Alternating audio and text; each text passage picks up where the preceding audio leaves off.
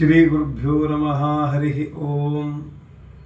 ಅಭ್ರಮಂ ಭಂಗರಹಿತಂ ಅಜಡಂ ವಿಮಲಂ ಸದಾ ಆನಂದತೀರ್ಥಮತುಲಂ ಭಜೆ ತಾಪತ್ರಯಾಪಹಂ.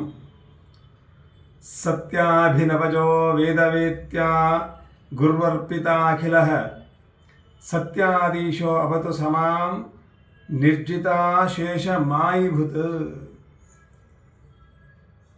ಈ ದಿವಸ ಪ್ರಾತಸ್ಮರಣೀಯರಾದಂತಹ ಸತ್ಯಾಧೀಶ ತೀರ್ಥ ಶ್ರೀಪಾದಂಗಳವರ ಆರಾಧನಾ ಮಹೋತ್ಸವ.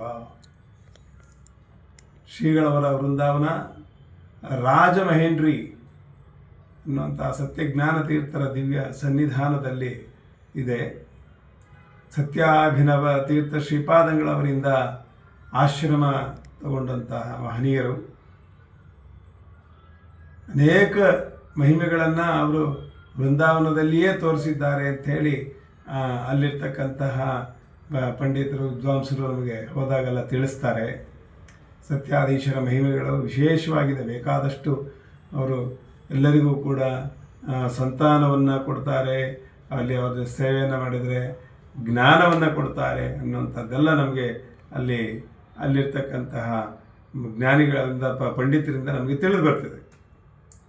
ವಾಂಗ್ಮಯ ಪ್ರಪಂಚಕ್ಕೆ ಏನು ಮಾಡಿದ್ದಾರೆ ಅಂತಂದರೆ ಋಗ್ವೇದಕ್ಕೆ ಭಾಷ್ಯವನ್ನು ಬರೆದಿದ್ದಾರೆ. ಅವರ ಚರಮಶ್ಲೋಕದಲ್ಲಿಯೇ ಅದಿದೆ. ಏನು ಅಂತಂದರೆ ವೇದವನ್ನು ಚೆನ್ನಾಗಿ ತಿಳಿದಂಥವರು ಅಂತ ಎಲ್ಲವನ್ನು ಕೂಡ ಅವರ ಗುರುಗಳಾಗಿರ್ತಕ್ಕಂತಹ ಸತ್ಯಾಭಿನವ ತೀರ್ಥರಿಗೆ ಸಮರ್ಪಣೆ ಮಾಡಿದ್ರು ಅದನ್ನು ಅಂಥೇಳಿ ಕೇಳ್ತೇವೆ. ಅಂತಹ ಸತ್ಯಾಧೀಶ ತೀರ್ಥ ಶ್ರೀಪಾದಂಗಳವರ ಅನುಗ್ರಹ ಎಲ್ಲರಿಗೂ ಆಗಲಿ ಅಂತ ಪ್ರಾರ್ಥನೆ ಮಾಡ್ತೀನಿ. ಶ್ರೀಕೃಷ್ಣ ಅರ್ಪಣಮಸ್ತು.